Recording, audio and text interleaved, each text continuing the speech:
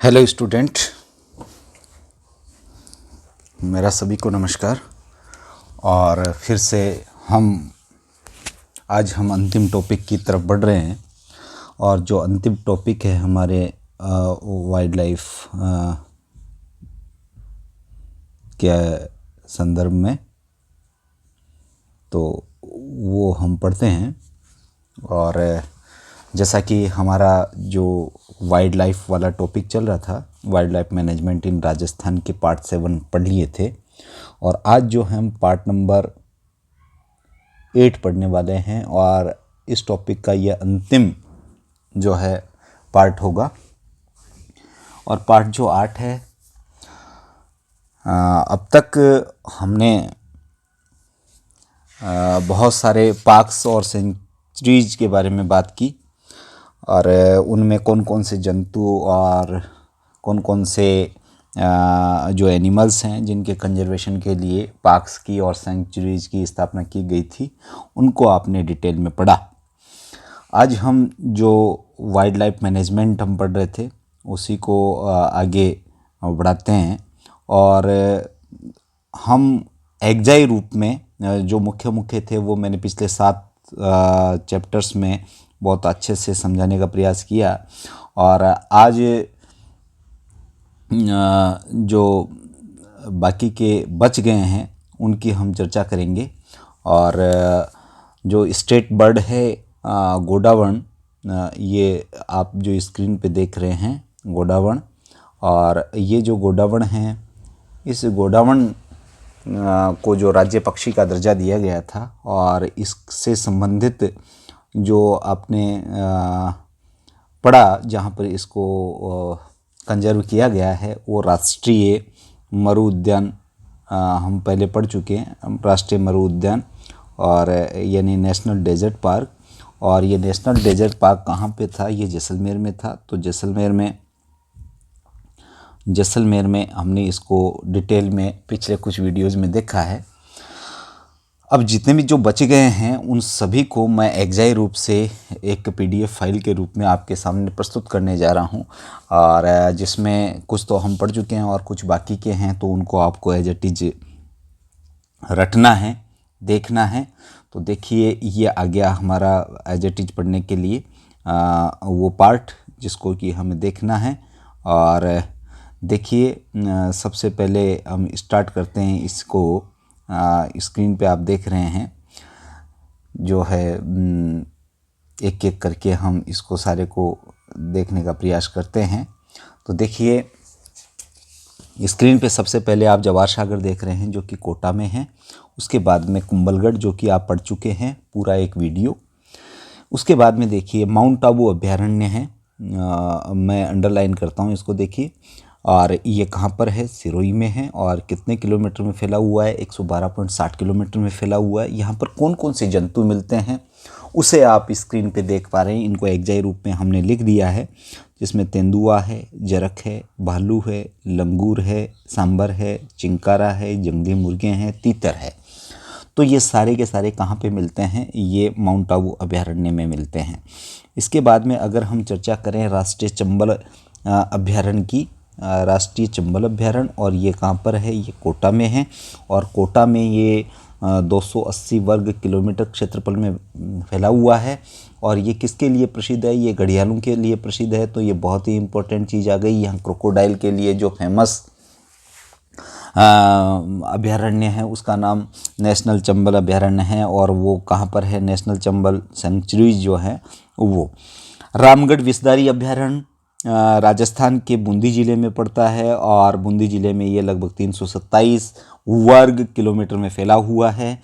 यहाँ पर मिलने वाले जंतु जो है वो तेंदुआ, जरक, सांबर, नीलगाय और तीतर, जो कि आप इसके आगे देख ही पा रहे हैं। तो आप इसको समझ सकते हैं। सीता माता हम पढ़ चुके हैं, और सीता माता अभ्यारण्य जो है वो आपने प्रतापगढ़, चित्तौड़गढ़ और उदयपुर में पढ़ा था। लेकिन जो आपकी बुक्स हैं वो इसे हम उदयपुर में बताती है, लेकिन वास्तव में ये उदयपुर में नहीं है। ये कहाँ पर है? यह है प्रतापगढ़ के दरियावत तहसील के इर्द गिर्द का जो क्षेत्र है वो सीता माता अभ्यारण्य के रूप में प्रसिद्ध है। और यहाँ पर काला हिरण, चिंकारा और उड़न गिलहरी, जो मुख्य इम्पोर्टेंट जो चीज़ है वो मैंने अंडरलाइन की है वाइटनर से। और ये कौन सा है, उड़न गिलहरी वाला अभ्यारण्य है।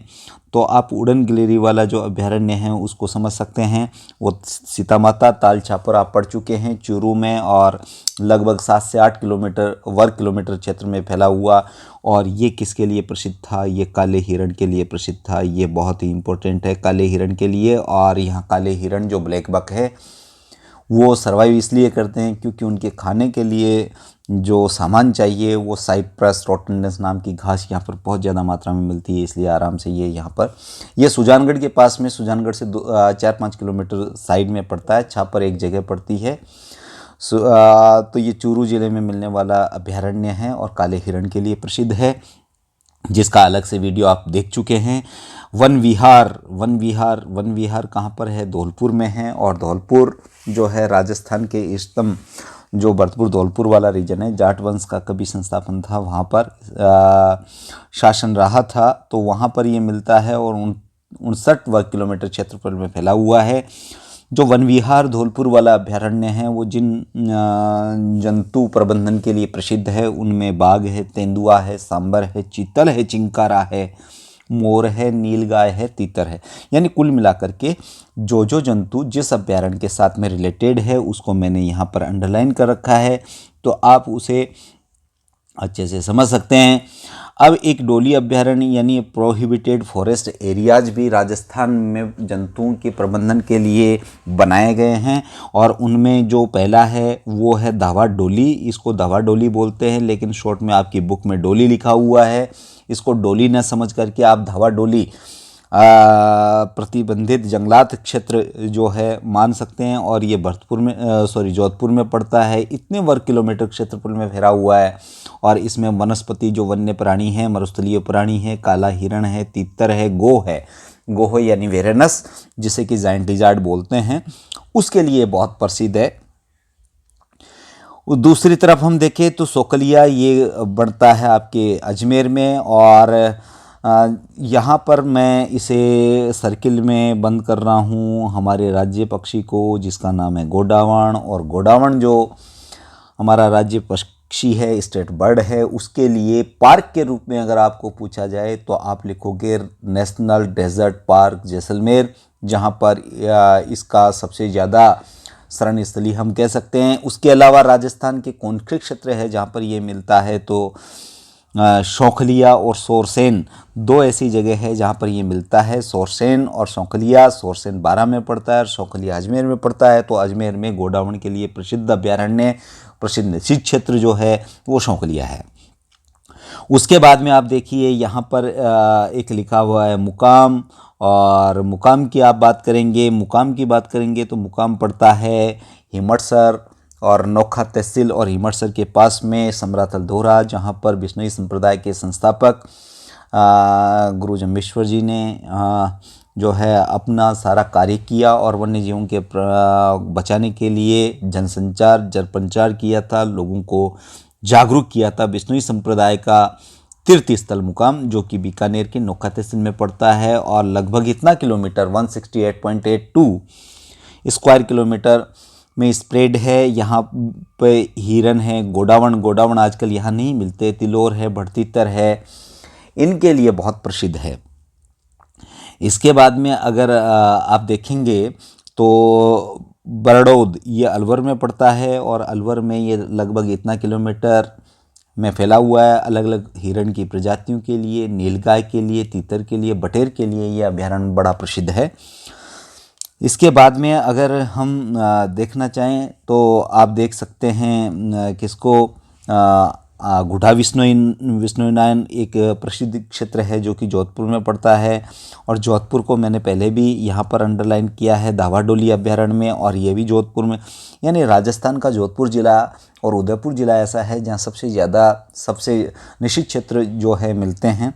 और काले हिरण के लिए गुढ़ा विश्नोई, जैसे काला हिरण के लिए अगर आपसे पूछा जाए कि भाई निश्चित क्षेत्र कौन सा है, जब तो आप जोधपुर वाला गुढ़ा विश्नोई यान बताएंगे। अगर आपसे पूछा जाए कि काले हिरण के लिए कौन सा अभयारण्य राजस्थान के लिए प्रसिद्ध है, तो उसमें आप ताल छापर लिखेंगे।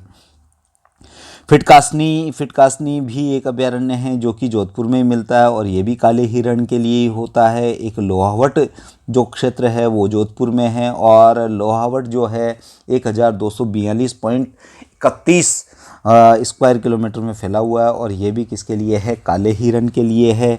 एक है साथिन नाम का जो निश्चित क्षेत्र है वो भी जोधपुर में है, और ये लगभग 250 वर्ग किलोमीटर में फैला हुआ है, और ये भी काले हिरण और गोडावण के लिए प्रसिद्ध है।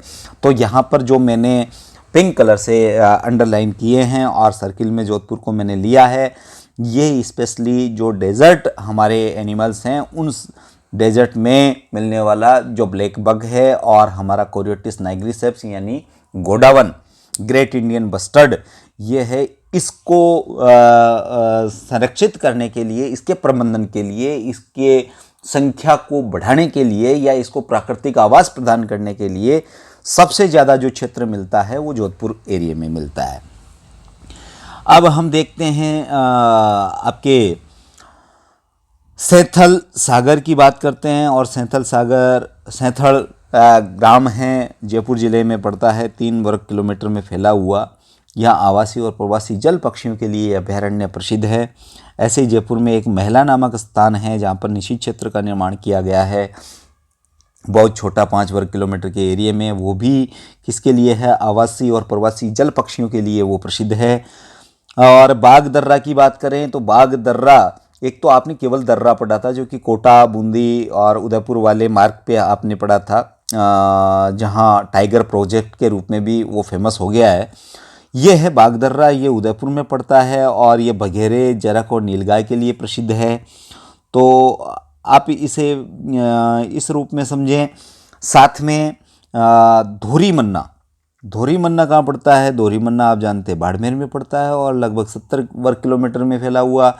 और चूंकि बाड़मेर है तो वहाँ पर किस प्रकार के प्राणियों के प्रबंधन की यहाँ पर कार्य किया जाएगा, तो जो धोरी मन्ना है वो चूंकि मरुस्थलीय है, तो मरुस्थल में मिलने वाले सारे प्राणी, आप काला हिरण लिख सकते हो, सर्प की प्रजातियाँ लिख सकते हो, गोडावण लिख सकते हो, जरख लिख सकते हो, और जो मरुस्थलीय पक्षी होते हैं उनके बारे में लिख सकते हो।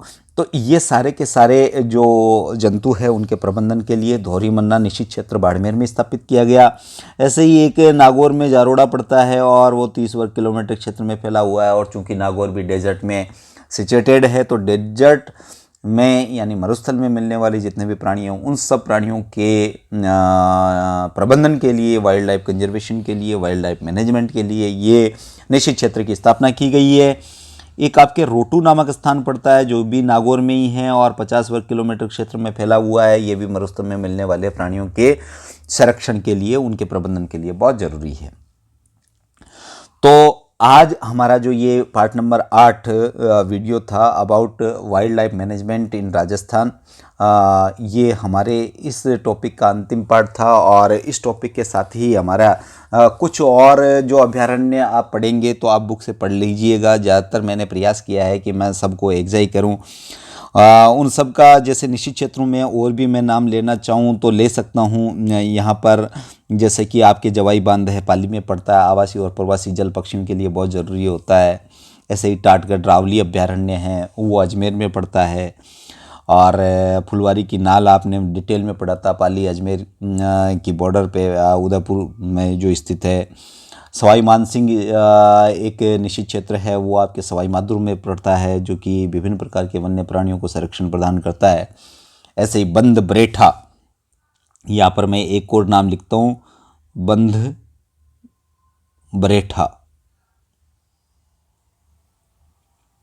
बरेठा, ये कहाँ पड़ता है, भरतपुर में पड़ता है। तो बंद बरेठा अभयारण्य जो है भरतपुर में, वो भी क्या है, वन्य जीव संरक्षण में काम में आता है। ऐसे ही एक मैंने सज्जनगढ़ बताया था जो कि उदयपुर में था।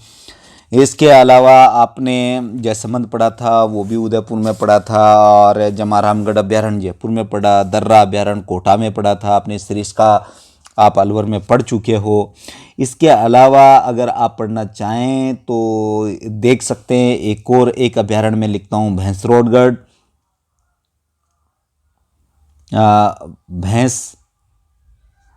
भैंसरोडगढ़।